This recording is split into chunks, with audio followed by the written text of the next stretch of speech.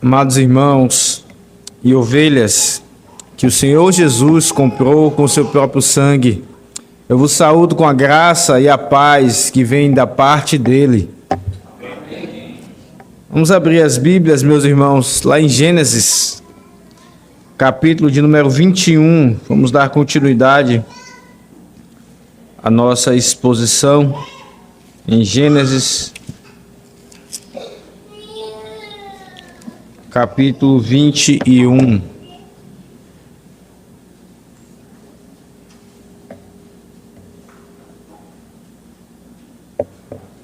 Eu lerei a partir do verso 22 até o final desse capítulo, e essa será a porção que nós iremos expor nesta manhã. Gênesis 21, a partir do verso 22 até o final do capítulo, verso 34. Diz assim a palavra do nosso Deus. Por esse tempo, Abimeleque e Ficol, comandante do seu exército, disseram a Abraão: Deus é contigo em tudo que fazes. Agora, pois, jura-me aqui por Deus que me não mentirás, nem a meu filho, nem a meu neto, e sim que usarás comigo e com a terra em que tens habitado daquela mesma bondade com que eu te tratei. Respondeu Abraão: Juro. Nada obstante, respondeu Abraão, repreendeu Abimeleque por causa de um poço de água que os servos deste lhe haviam tomado à força. Respondeu-lhe Abimeleque: Não sei quem terá feito isso, também nada me fizeste saber, nem tampouco ouvi falar disso, senão hoje. Tomou Abraão ovelhas e bois e deu-os a Abimeleque, e fizeram ambos uma aliança. Pois Abraão à parte 7 cordeiras do rebanho, perguntou Abimeleque a Abraão: Que significam as 7 cordeiras que puseste à parte? Respondeu Abraão: Receberás de minhas mãos as 7 cordeiras, para que me sirvam de testemunho de que eu cavei este poço. Por isso se chamou aquele lugar Berseba, porque ali juraram eles ambos. Assim fizeram aliança em Berseba. Levantaram-se Abimeleque e ficou comandante do seu exército, e voltaram para as terras dos filisteus. Plantou Abraão tamargueiras em Berseba e invocou ali o nome do Senhor, Deus eterno. E foi Abraão por muito tempo morador na terra dos filisteus. Amém. Meus irmãos, vamos mais uma vez orar ao Senhor, pedindo que Ele nos abençoe. Gracioso, bendito, maravilhoso, excelso Deus, nosso Pai que está nos céus, a Ti nós recorremos, Senhor. Sê nossa força. Fala conosco, ó Pai. Senhor, resplandece a luz de Teu rosto, maravilhoso sobre nós, por causa de Jesus Cristo, não por nossa causa. Fala conosco e transforma-nos pela Tua santa palavra. Assim nós te rogamos, graciosamente, ao Deus nos abençoe, em nome de Teu bendito Filho, o justo. Amém. Certamente você já passou por lugares que há muito tempo você não passava antes, e aqueles lugares, quando você meramente olhou para eles, na sua mente passou um filme, né? Passou ali várias lembranças, porque apesar de serem lugares que têm objetos que tem em vários outros, o conjunto de tudo aquilo não tem mero valor, digamos assim, material para você, mas tem um valor, digamos que afetivo, porque ele lhe faz lembrar de tudo, de toda uma história, de algo especial, ou até mesmo doloroso, que te aconteceu na vida. A verdade, meus irmãos, é que isso nos mostra algo interessante. Deus, Ele é o Senhor de todas as coisas, e a vida que nós temos, ela não é uma vida como costumeiramente ouvimos a nossa sociedade separando aquilo que é espiritual do que aquilo que é secular. Na verdade, tudo é espiritual. Tudo é espiritual. Os lugares são espirituais. Os objetos são espirituais. Assim, nós somos chamados a lidar com eles. Nós olhamos para a antiga aliança e vemos isso. Tanto os objetos do tabernáculo, tudo aquilo era espiritual. E o Senhor já nos ensinava que deveríamos ser como a ordem de sacerdotes, lidando com tudo de forma pura, de forma santa. Meus irmãos, nós olhamos para esse texto e vemos como Abraão, ele lida com aquele local, onde ele faz uma aliança com Abimeleque, e com uma árvore que ele planta, de forma espiritual. A visão de Abraão para com a terra não era a mesma visão de Abimeleque. A intenção, o desejo do coração de Abraão não era o mesmo que Abimeleque tinha com ele naquele pacto, naquela aliança. Mas nós vemos aqui exatamente essas duas visões. Uma visão mundana, meramente terrena, uma visão espiritual, uma forma espiritual de lidar com a criação, com o que é físico. E nós vamos aqui aprender como lidar com essas coisas e como elas devem impactar as nossas vidas e a nossa descendência. Por isso, em primeiro lugar, nós vemos aqui Abraão como que se preparando para uma aliança com Abimeleque, com o rei, que é aquele rei de um povo que depois é conhecido como os filisteus. Ele está aqui se preparando, ainda não faz exatamente a aliança nessa primeira parte, dos versos 22 até 26, mas em segundo lugar nós vemos a execução de fato da aliança.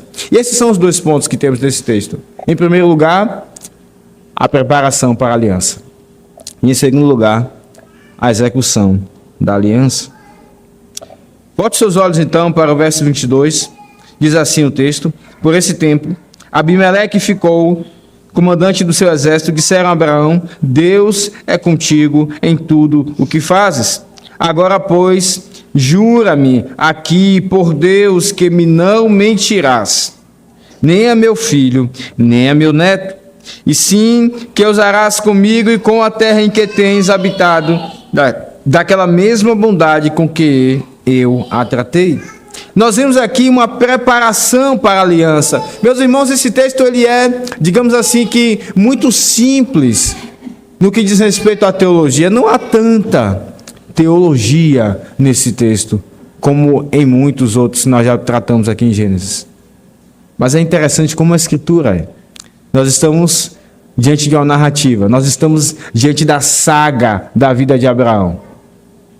E nesse texto, nós vemos como o Senhor está tratando na vida dele, se mostrando na vida dele, transformando a vida de Abraão. Por isso aqui há grande valor para nós. Vemos ele então se preparando para essa aliança. Veja, diz o texto que Abimeleque vem a ele com Ficol, e quando Abimeleque traz o seu comandante do exército, Abimeleque quer demonstrar aqui a importância que tem para ele esse momento. É um momento oficial, é um momento solene para Abimeleque também. E ele traz então Ficol e vem a Abraão e diz aqui como é que Abraão tem prestígio, como ele reconhece o prestígio de Abraão. Abimeleque era um ímpio. Mas certamente você já ouviu alguém falar de um cristão: não mexa com fulano. Alguém que tem uma vida toda errada, longe do Senhor, mas quando fala de um crente diz: ele é diferente.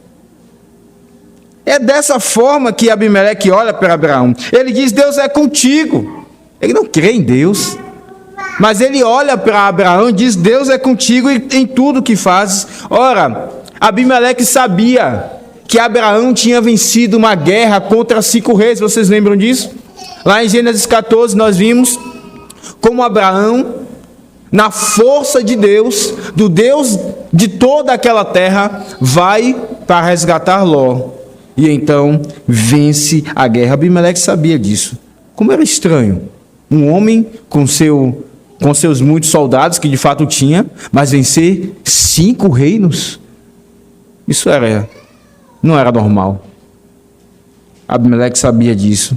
Ele sabia que vinha de Deus, de algo ou alguém superior. Talvez isso estivesse na mente de Abimeleque. Abimeleque também sabia e lembrava muito bem da noite em que ele tomou Sara. E Deus foi a ele em sonho e o ameaçou dizendo: você vai morrer se você se deitar com a mulher deste homem. Ele é profeta. Abimeleque se lembrava que todas as mulheres no seu reino ficaram estéreis, porque ele tinha mandado tomar Sara. É por isso então que agora Abimeleque diz: Deus é contigo. Eu reconheço que há algo diferente contigo, Abraão. Mas ele tinha um receio. Ele tinha um receio que Abraão fizesse a mesma coisa que ele fez da última vez. E é por isso que diz no verso 23, agora, pois, jura-me aqui, por Deus, que não me mentirás, nem a meu filho, nem a meu neto, e sim que usarás comigo e com a terra em que tens habitado, daquela mesma bondade com que eu te tratei. Abimeleque, por um lado, sabia que Abraão era um homem temente a Deus. Isso estava claro e evidente. Mas Abimeleque sabia também daquele pecado que Abraão tinha cometido, escondido, contado apenas uma parte da verdade. E ele ficou com receio, pensando também na sua geração, na sua descendência. Sim, um homem ímpio tem a capacidade, pela graça comum que Deus lhe dá, de querer o bem dos seus descendentes. E é isso que nós vemos aqui em Abimeleque. Ele diz: Abraão, não me minta, como você fez da última vez. É como se ele dissesse isso.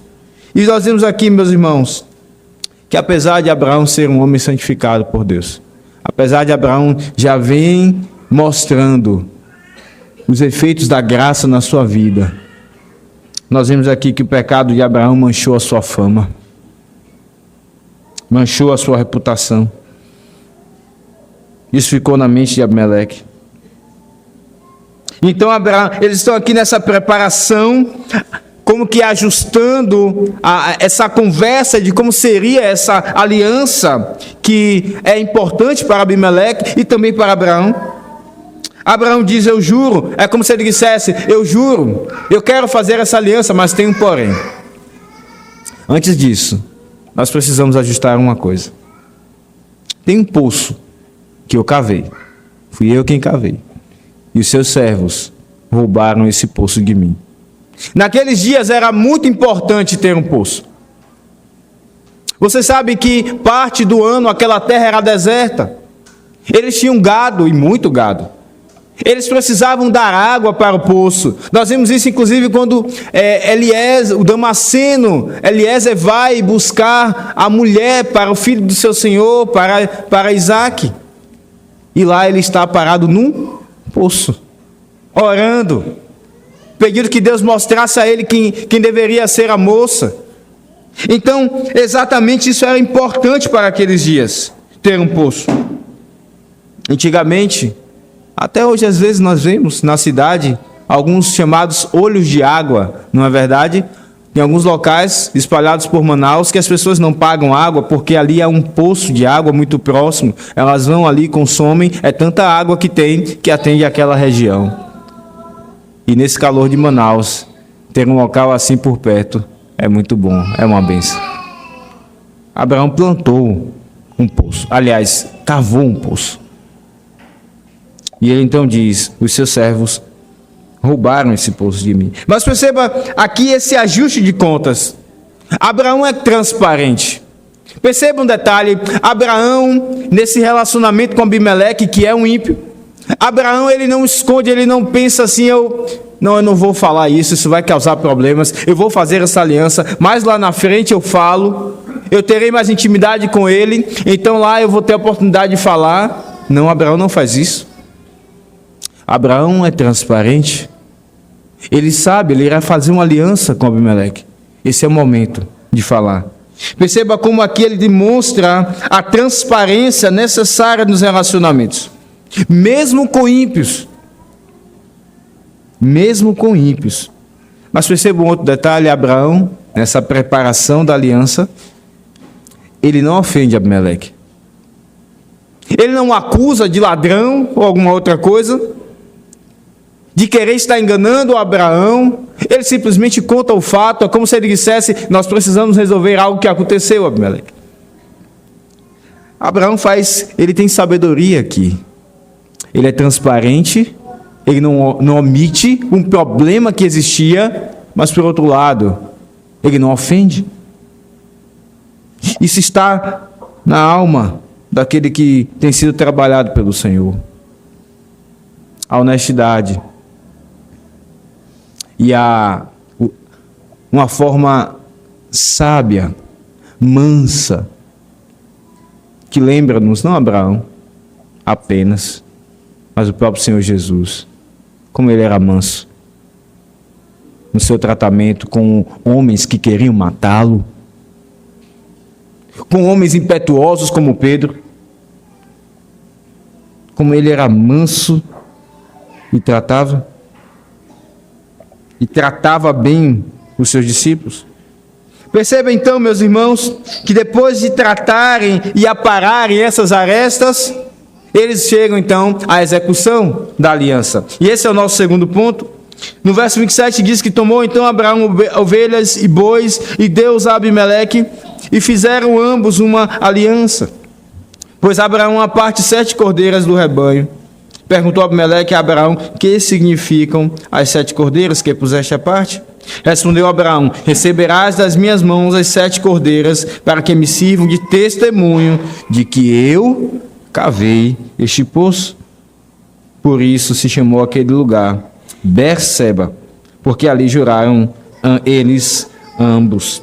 Assim fizeram aliança em Berseba, levantaram-se Abimeleque ficou, o comandante do seu exército, e voltaram para as terras dos filisteus. Aqui nós vemos então a execução, enfim, dessa aliança. Depois que eles se preparam, aparam as arestas, Abraão aqui faz a primeira parte da aliança com Abimeleque. Sim, é como se fosse a primeira cláusula, ou a primeira parte do contrato, a primeira parte desse contrato. Ele pega os animais e os entrega, e ele faz aliança com Abimeleque. Mas há uma outra cláusula, uma outra parte que precisa ser resolvida. Abraão faz questão do poço. Ele diz: eu cavei esse poço. Não olhe para Abraão como um homem meramente, um homem interesseiro, um homem mundano que faz parte de pedaços de terra. Não é isso que está no coração de Abraão. Abraão é um homem alcançado pelo Senhor. Deus fez aliança com ele, dizendo que daria a terra da sua peregrinação aos seus descendentes. E é por isso que Abraão faz tanta questão deste poço. Eu cavei. No coração de Abraão está: Deus me deu, o meu Senhor me deu, então eu não vou deixá-lo. Ele sabia que no futuro a aliança inclusive poderia ser descumprida. Abraão está lidando com o ímpio, e é exatamente isso que se tenta fazer. Nós chegaremos em Gênesis 26 e veremos Isaac lidando com Abimeleque, como de fato bem disse o presbítero Amazonas. Talvez tenha sido até mesmo, é bem provável que tenha sido até mesmo outro rei, porque os reis filisteus recebiam esse nome, Abimeleque. Então Isaac irá lidar com um rei filisteu, e lá eles irão mais uma vez tentar roubar o poço. Abraão sabia com quem ele estava lidando, era um ímpio. E então ele coloca essa cláusula. É por isso que ele pega 7 cordeiras à parte. Abimeleque olha aquilo e diz, é como se Abimeleque dissesse: ora, mas nós não já fizemos aliança? Você já não me deu ovelhas e bois? Por que agora você vem com essas 7 cordeiras? Essa é a segunda parte do contrato da aliança. O poço é meu, eu cavei. Lembre-se disso. Isso está incluído no pacto, na aliança aqui. Perceba, meus irmãos, que essa aliança ela tem um significado de fato espiritual. Não é um mero acordo entre homens. Mas aquele lugar, diz Moisés, depois de anos, inspirado pelo Espírito Santo, no verso 31, por isso se chamou aquele lugar Berseba. Moisés está escrevendo para o povo que ia entrar na terra, que quando passou a existir, já cresceu, ouvindo chamar aquele nome, o nome daquele lugar de Berseba, mas nem sempre foi assim. Agora eles ficam sabendo. Geralmente é assim quando nós conhecemos algumas coisas no mundo, nós descobrimos o motivo pelos quais elas têm aqueles nomes. Assim o povo está descobrindo, quer dizer que o nome é Berseba porque o nosso pai Abraão fez aquela aliança com Abimeleque. Berseba significa poço dos 7 juramentos. E vocês sabem que o número 7 na Escritura tem um simbolismo. É um juramento de fato completo, perfeito. E Abraão fez esse juramento com ele. Está selado. Isso nos lembra o valor da terra que Deus deu ao seu povo. E depois se criou uma frase para se referir à terra que Deus deu depois ao seu povo. De Dan a Berseba. É uma outra forma de falar, de norte ao sul. Aquilo ficou marcado. Há um significado espiritual para o povo de Deus. E o que nós vemos aqui, em último lugar, nessa execução da aliança? Abimeleque ficou voltam para suas terras, e Abraão planta uma tamargueira, e ele edifica então ali um altar. Sim, o texto não diz aqui que ele edificou um altar, mas não precisa dizer. Moisés está contando uma história. E lá em Gênesis 12, no verso 7 e 8, diz que Abraão, na sua peregrinação, chega no verso 8 e edifica um altar e invoca o nome do Senhor. Aqui ele faz isso, ele adora a Deus, em gratidão. Ele invoca em gratidão a Deus que deu aquela terra. Ele planta uma tamargueira que fazia uma sombra. Isso demonstra como Abraão, ele amava ao Senhor. Ele era um peregrino, mas ele valorizava aquilo que era usado para o culto. Ele planta ali, ele já pensa naquele lugar para ser feito uma sombra, um culto ao Senhor, na antiga aliança. E ele edifica o altar. Ele olha com olhos espirituais aquele lugar. E ele invoca o nome do Senhor, o Deus da aliança, que tem andado com ele, com quem Abraão tem aprendido. Aquele que era chamado de pai exaltado, envolvido com ídolos, tem valorizado agora a terra, não por um motivo mesquinho, mas porque ele crê que o Senhor prepara para o seu povo um lugar. Isso nos lembra aquilo que o Senhor Jesus falou, na verdade. Eu vou preparar lugar para vós. Meus irmãos, que aplicações esse texto nos traz? Curto, simples, mas há profundas aplicações para as nossas vidas. Nós vimos aqui a preparação para a aliança e, em segundo lugar, a execução da aliança. Mas aqui é a primeira aplicação para as nossas vidas.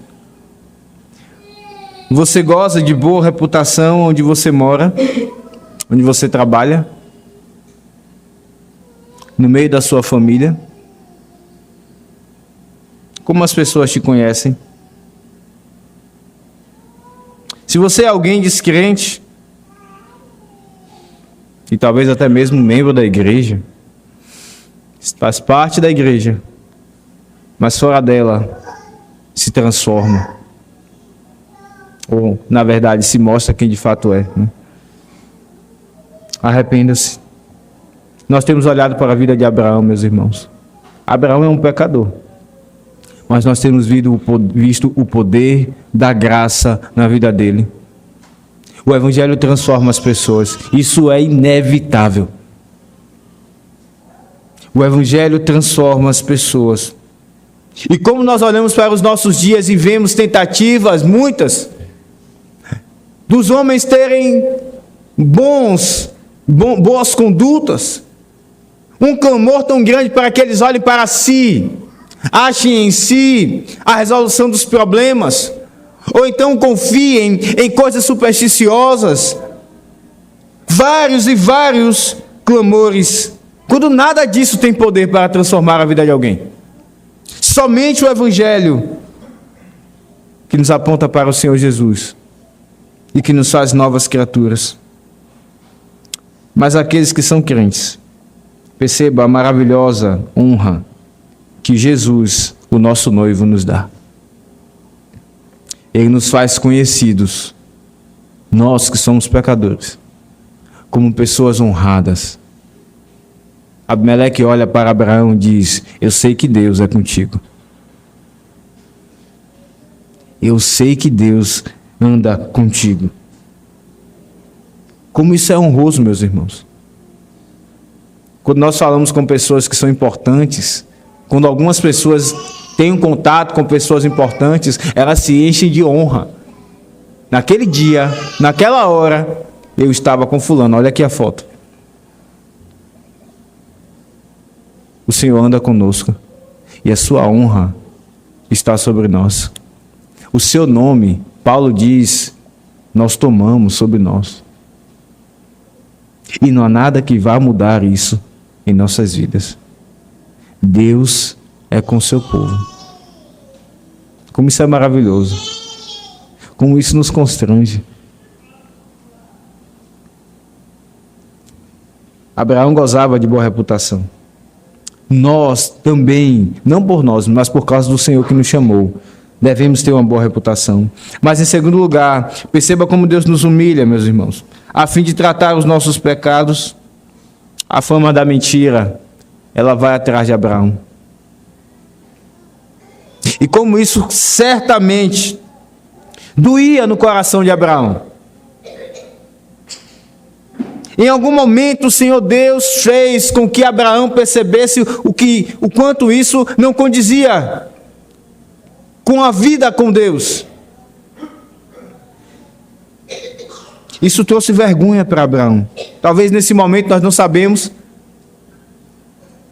Talvez tenha causado impacto Abimeleque, um ímpio, falando com ele: não vá mentir.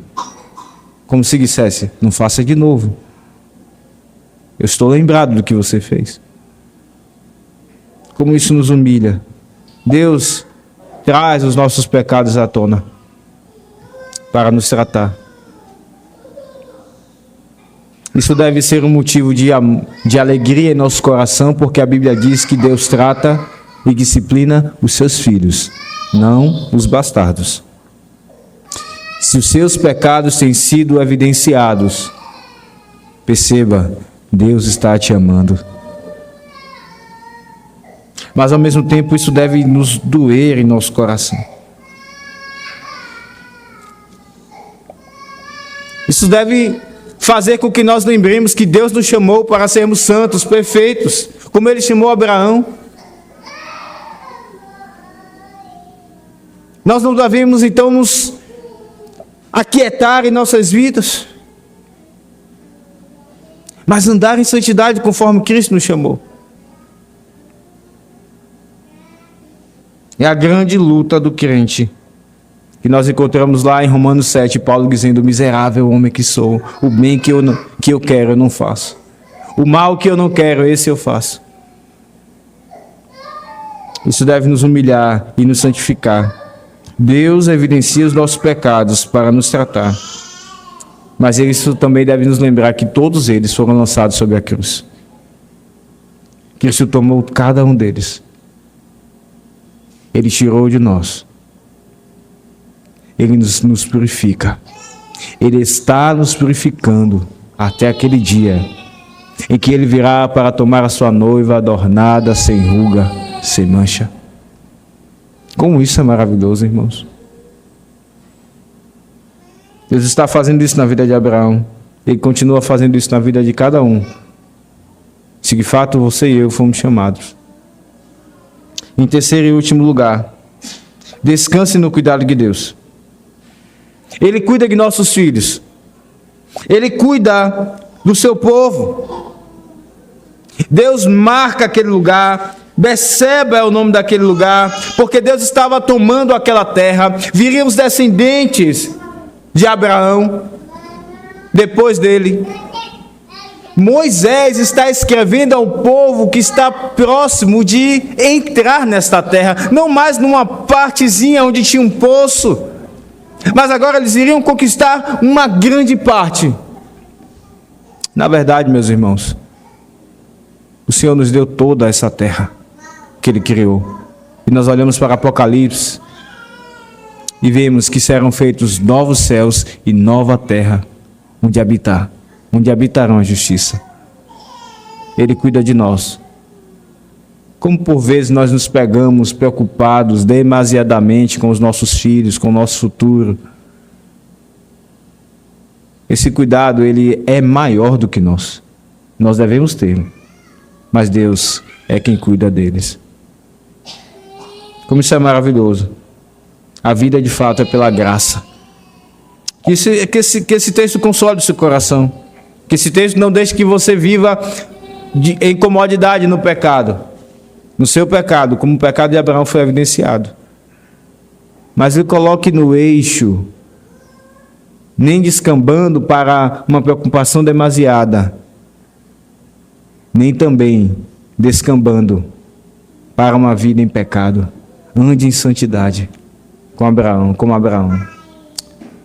Olhe para tudo na vida que já te passou e lembre-se que que os lugares onde você já viveu, que as coisas que você já tem, te contem uma história, como Beceba, uma história de cuidado de Deus, uma história de santificação.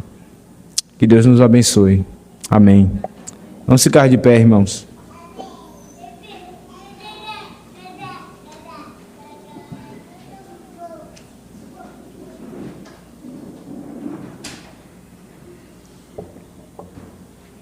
Vamos orar. Maravilhoso Deus, nós te bendizemos, ó Pai. Obrigado porque o Senhor nos suporta, o Senhor tem grande paciência conosco.